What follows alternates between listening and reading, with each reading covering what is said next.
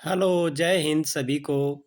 और स्वागत है आप सभी का पुनः आज के इस वीडियो में, जो कि किम पिक सर के बारे में यह चौथी वीडियो है, जो ग्रेट पर्सनालिटी PWD पर बनी है।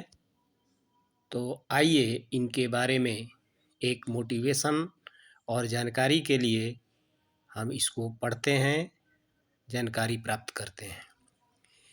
किम पिक का जन्म 11 नवंबर 1991 को अमेरिका के साल्ट लेक सिटी, यूटा में हुआ था। वे एक प्रसिद्ध साइलेंट सिंड्रोम से ग्रसित व्यक्ति थे। उनका मस्तिष्क जन्म से ही असामान्य था। उनके मस्तिष्क में कार्पस कालोसुम, जो मस्तिष्क के दोनों हिस्सों को जोड़ता है, अनुपस्थित था। लेकिन इसी कारण से उनकी स्मरण शक्ति असाधारण रूप से तीव्र हो गई। इनका प्रारंभिक जीवन और कुछ विशेषता इस प्रकार है। किम ने 2 वर्ष की उम्र में पढ़ना शुरू कर दिया था। वे 16 से 18 महीनों में ही किताबें पढ़ने और याद करने लगे थे। वे एक बार में दोनों आँखों से अलग अलग पृष्ठ पढ़ सकते थे। ऐसी प्रतिभा थी इनके अंदर। इन्होंने इतिहास, भूगोल, साहित्य, गणित आदि 15 से अधिक विषयों पर अद्भुत ज्ञान था। फिल्म में रैन मैन से प्रसिद्धि इनको मिली और इनकी मृत्यु जो है 19 दिसंबर 2009 को हार्ट अटैक के कारण हो गई। किम को रियल रैन मैन के नाम से जाना जाता है। उनके जीवन ने यह साबित किया कि मानसिक असामान्यताओं के बावजूद व्यक्ति असाधारण प्रतिभा का धनी हो सकता है। इनसे प्रेरणा मिलती है कि हर व्यक्ति में कुछ न कुछ विशेष गुण होते हैं, जिनकी पहचान और सराहना की जानी चाहिए। तो आइए किम पिक से कुछ महत्वपूर्ण प्रश्नों को हम लोग पढ़ते हैं, जो हम लोगों के परीक्षा में आ सकता है। तो आइए, क्वेश्चन नंबर 1 है, किम पिक कौन थे? गायक, लेखक, साइलेंट सिंड्रोम से ग्रसित व्यक्ति, वैज्ञानिक। तो राइट आंसर हो जाएगा, वे जो है साइलेंट सिंड्रोम से ग्रसित थे। दूसरा क्वेश्चन है कि किम पिक को कौन सी बीमारी थी? Autism, down syndrome, silent syndrome, Parkinson's. तो साइलेंट सिंड्रोम से ग्रसित थे, ये बीमारी थी। किम पिक को किस उपनाम से जाना जाता है? Memory man, mind of God, rain man, super brain. तो रेन मैन के नाम से जाना जाता है।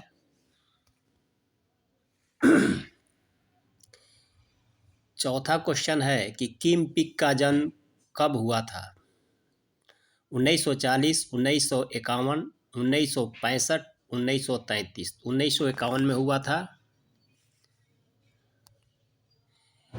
किम पिक को किस फिल्म से प्रसिद्धि मिली?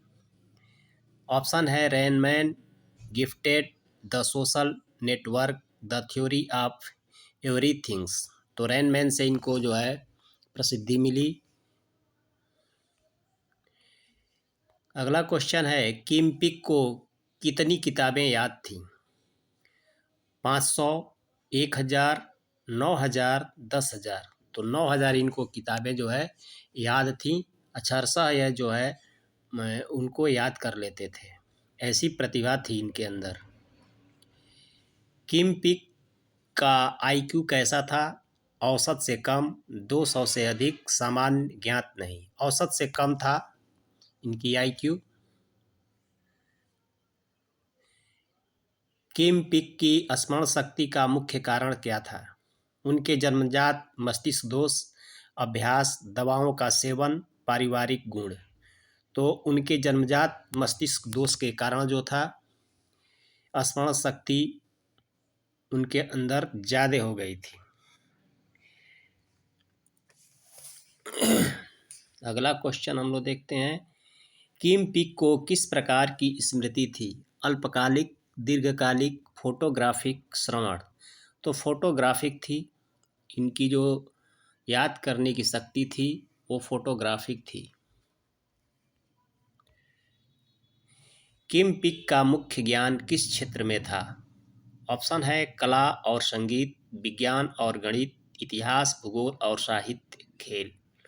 तो इसका राइट आंसर आपका हो जाएगा इतिहास, भूगोल और साहित्य, यानी ऑप्शन सी सही है। क्वेश्चन नंबर 11 आपका है कि किम पिक के पिता का नाम क्या था? Frank Pick, Francis Pick, Frederick Pick और फ्रेड पिक। तो फ्रेड पिक इनके पिता का नाम था, ऑप्शन डी सही है। क्वेश्चन नंबर आपका 12 है कि किम पिक को कौन सा कार्य नहीं आता था? ऑप्शन है पढ़ना, याद रखना, सामान्य गतिविधियां जैसे कपड़े पहनना, गिनती करना।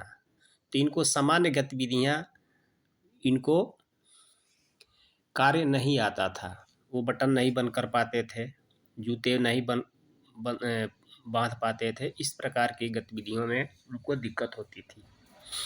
उनको हरदम एक व्यक्ति के सहारे की जरूरत पड़ती थी, जो उनके पिता करते थे।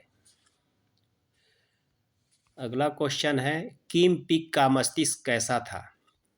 सामान्य, कार्पस कोलोसुम के बिना, अतिरिक्त नसों के साथ, छोटा। तो इसका राइट आंसर आपका ऑप्शन बी हो जाएगा, कार्पस कालोसुम के बिना था।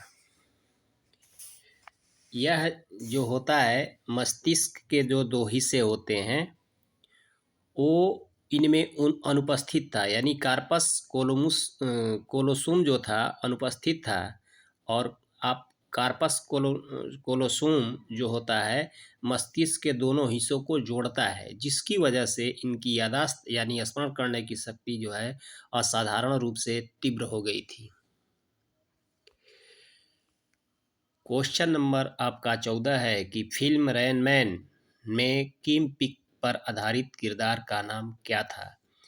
Raymond, Charlie, Edward, Michael. तो रेमंड था, ऑप्शन ए।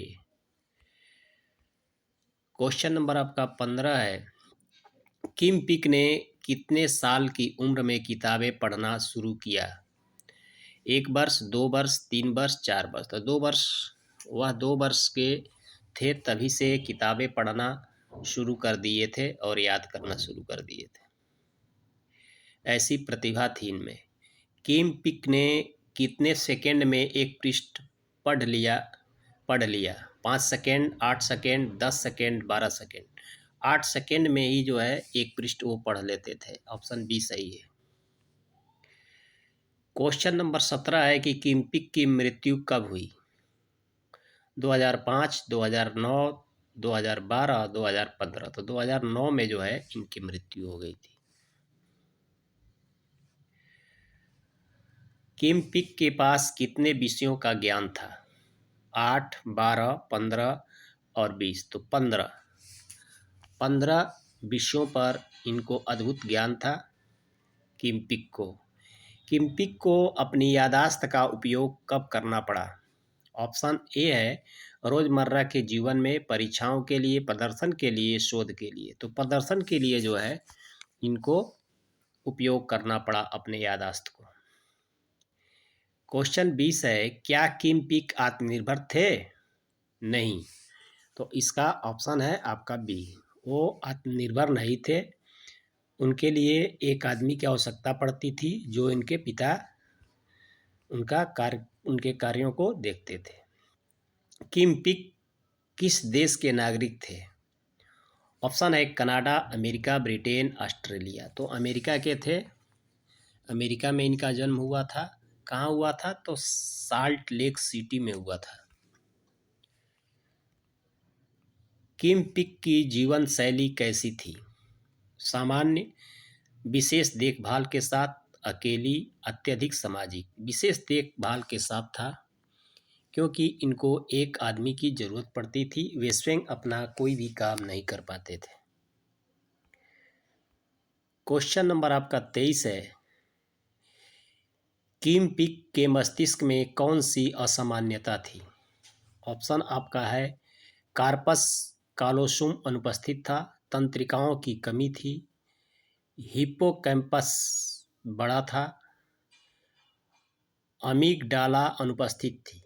तो ऑप्शन ए सही है, कार्पस कालोसुम अनुपस्थित था, यानी मस्तिष्क के जो दो भाग होते हैं उनके जोड़ने वाली जो है, जो जोड़ता है हिस्सा, वो उनमें अनुपस्थित था, इसी के कारण से उनकी स्मरण शक्ति असाधारण रूप से तीव्र हो गई थी और किसी भी चीज़ को वो पढ़ लेते थे, एक ही साथ दो पृष्ठों को पढ़ लेते थे। बाएं आँख से बाएं पृष्ठ को और दाएं आँख से दाएं पृष्ठ को एक ही साथ वो पढ़ लेते थे, ऐसी प्रतिभा थी इनके अंदर।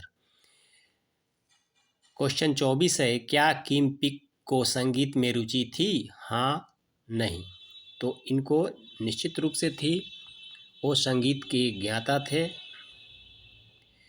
क्वेश्चन नंबर आपका 25 है, किम पिक के बारे में सबसे महत्वपूर्ण बात क्या थी? ऑप्शन उनकी बीमारी, उनका असामान्य ज्ञान और स्मरण शक्ति, उनकी प्रसिद्धि, उनका परिवार।